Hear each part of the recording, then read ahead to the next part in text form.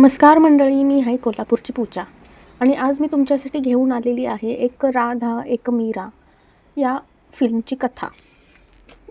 एक राधा एक मीरा ही film direct केलेली आहे महेश मांजरेकरांनी. यामध्ये कृष्णाचा रोल केलेला आहे कश्मीर महाजनी यांनी.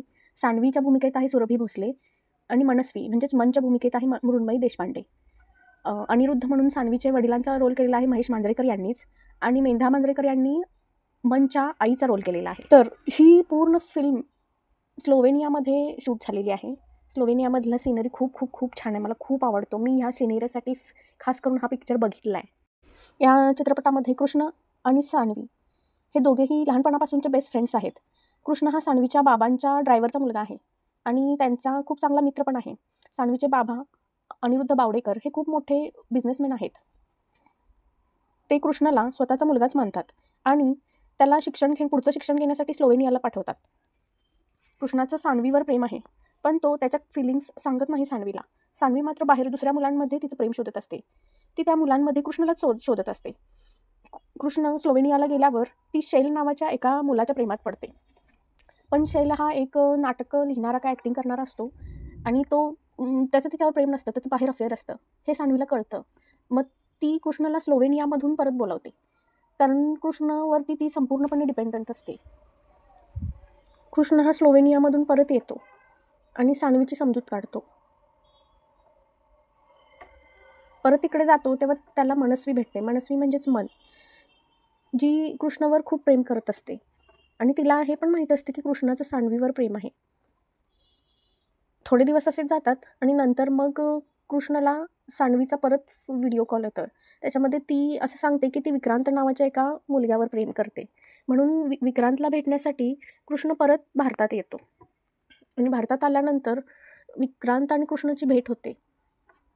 भेट झाल्यावरती कृष्णाला पण विक्रांत चांगला मुलगा वाटतो, म्हणून तो विक्रांतला सानवीच्या वडिलांची भेट घडवून आणतो आणि त्यांचे तिथं एंगेजमेंट ठरते.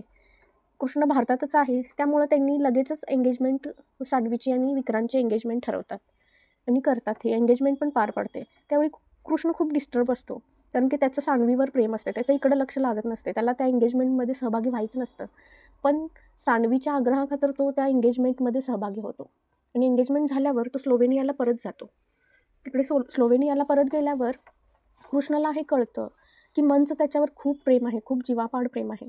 म्हणून तो झालेली सगळा आपला पास्ट विसरून सानवीनं पण मूव्ह ऑन केलेला आहे, म्हणून त्यानंही आयुष्यात पुढं जायला पाहिजे, म्हणून तो मनशी लग्न करण्याचा निर्णय घेतो आणि मन आणि कृष्णाचं लग्न ठरतं आणि मनला आणि कृष्णाला एकदा व्हिडिओ कॉलवर सानवी भेटते आणि सानवी कृष्णाला परत भारतात बोलवत असते, कारण विक्रांतबद्दल तिला खूप महत्त्वाचं त्याच्याशी बोलायचं असतं. इकडे विक्रांत आणि सानवीचं खूप भांडण झालेलं असतं, कारण विक्रांतला सानवीमध्ये काहीच इंटरेस्ट नसतो. त्याला इंटरेस्ट असतो तो सानवीच्या वडिलांच्या म्हणजेच अनिरुद्ध बावडेकरांच्या प्रॉपर्टीमध्ये, त्यांच्या पैशामध्ये त्याला इंटरेस्ट असतो. हे सानवीला कळतं आणि मग ती ठरलेलं लग्न वगैरे सगळं मोडण्यासाठी किंवा हे सांगण्यासाठी कृष्णाला परत बोलवत असते. पण यावेळी कृष्ण येत नाही. तो सानवीला सरळ सांगतो की तुझ्या आयुष्याचे निर्णय तू स्वतः घे, तू माझ्यावर डिपेंडंट राहू नको, असं तो तिला सांगतो.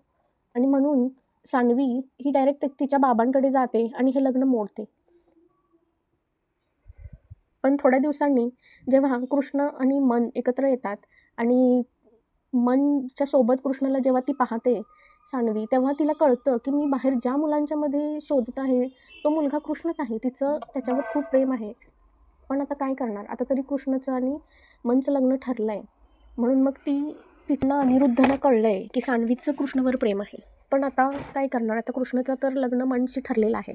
मग आता मनच्या आणि कृष्णाच्या वेडिंगसाठी पण ते म्हणजे त्यांचे लग्न चर्चमध्ये होत असतं, म्हणून वेडिंगसाठी ते लोक स्लोवेनियाला जातात आणि स्लोवेनियाला गेल्यानंतर सानवीला रिसीव्ह करायला मन जाते आणि मन सानवीला रिसीव्ह करते एअरपोर्टवरून आणि ती तिच्याशी बोलते की तेव्हा तिला कळतं की सानवीचं पण खरंच प्रेम, सानवीला आता कळलं आहे की तिचं खरं प्रेम हे कृष्णावर आहे. म्हणून ती सानवीला कृष्णाकडे पाठवते. पण कृष्ण आता सानवीचं प्रेम ॲक्सेप्ट करत नाही, तो तिला नकार देतो. तर कृष्णकडे सानवीने प्रेम व्यक्त करूनही कृष्ण आता तिच्याकडे येत नाही हे सान्वीला कळल्यावर तिला खूप दुःख होतं आणि ती भारतात परत यायला निघते. ती एअरपोर्टकडे निघते आणि कृष्ण आणि मन हे दोघेही चर्चकडे जातात त्यांच्या वेडिंगसाठी. तेव्हा तिथं चर्चमध्ये गेल्यानंतर मन कृष्णाला फादरसमोर विचारतंय की कृष्णाचं सान्वी नावाच्या एका मुलगीवर प्रेम आहे का? तेव्हा कृष्ण फादरांच्या समोर ॲक्सेप्ट करतो की हो त्याचं सान्वी नावाच्या मुलगीवर प्रेम आहे. त्यामुळे फादर त्याला सांगतात की तू आता ह्या मनशी लग्न करू शकत नाही कारण तुझं तिच्यावर प्रेम नाही आहे. तेव्हाच मन ही कृष्णाला सांगते की तुझं माझ्यावर प्रेम नाही आहे, मग तू का लग्न करतोस माझ्यावर? तू अजूनही सान्वीकडे परत जाऊ शकतोस. आपण अजूनही सान्वीला एअरपोर्टवरती गाठू शकतो. तेव्हा मन आणि कृष्ण हे दोघेही सान्वीला एअरपोर्टवरती भेटण्यासाठी जातात आणि तिकडे सान्वीला हे कळतं की आपण चुकीचं वागतोय.